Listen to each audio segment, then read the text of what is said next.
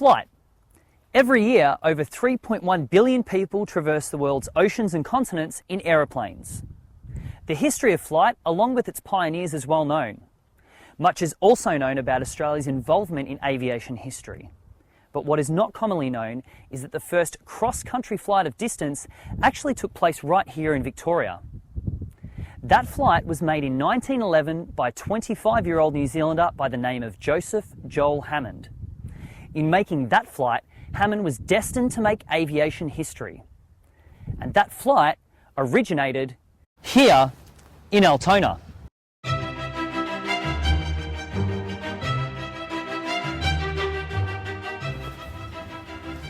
Working for the British and Colonial Aeroplane Company based in Bristol, England, Hammond was sent by his employer to Australia with the intention of selling planes to the Commonwealth Government.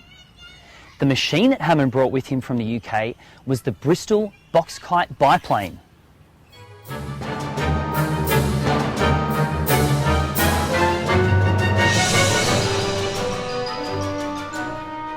Hammond, along with his team and the Bristol box kite biplane, arrived in Melbourne in mid-January 1911.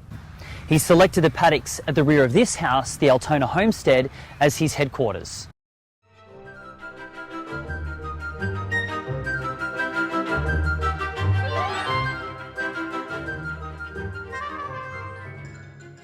In early February, Hammond announced that he would attempt to fly his Bristol box kite from Altona to Geelong and that his wife would accompany him as a passenger. At 5:48 a.m. on Monday the 20th of February 1911, in front of a small crowd and leaving his wife on the ground, Hammond took off from paddocks just over there, now Queen Street, on a short test flight. And on this test flight, Hammond soared to a height of 4,000 feet, or 1,219 metres, and found the conditions were good for flying.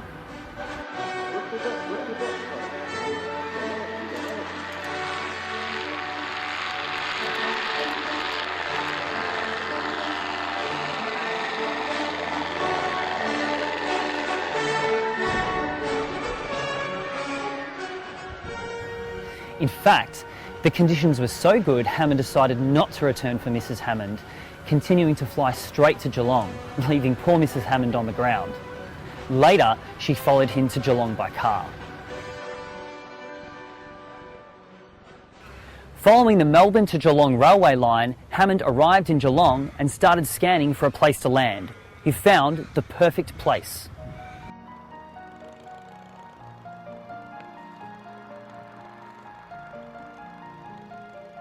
Hammond landed here, at the Geelong racecourse. Here I have a copy of the Colac Herald dated February 22nd, 1911. The Herald reported Hammond's arrival as follows. Hundreds of people were on the beach slopes and pier when a faint speck appeared high in the northwestern sky. There was much excitement when the flying machine approached at terrific speed. Just before reaching the Barwon River, Mr. Hammond turned east. The engines were then stopped when the biplane was 300 yards off the new racecourse. The newspaper report went on to say, Hammond landed in a cultivation plot in the northwestern corner of the racecourse, and he did it quite gracefully. Hammond had done what he said he would do, fly from Altona Bay to Geelong.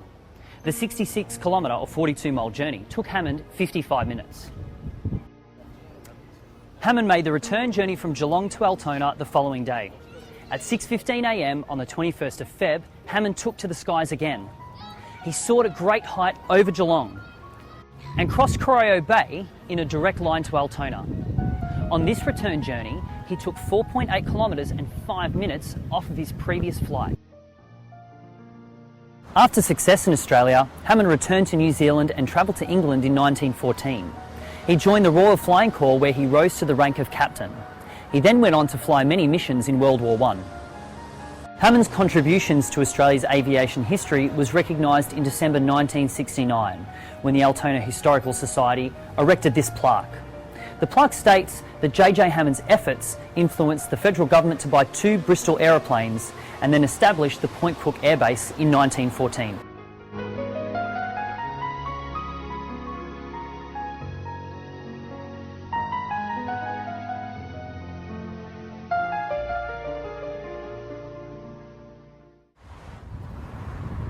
So what became of J.J. Hammond?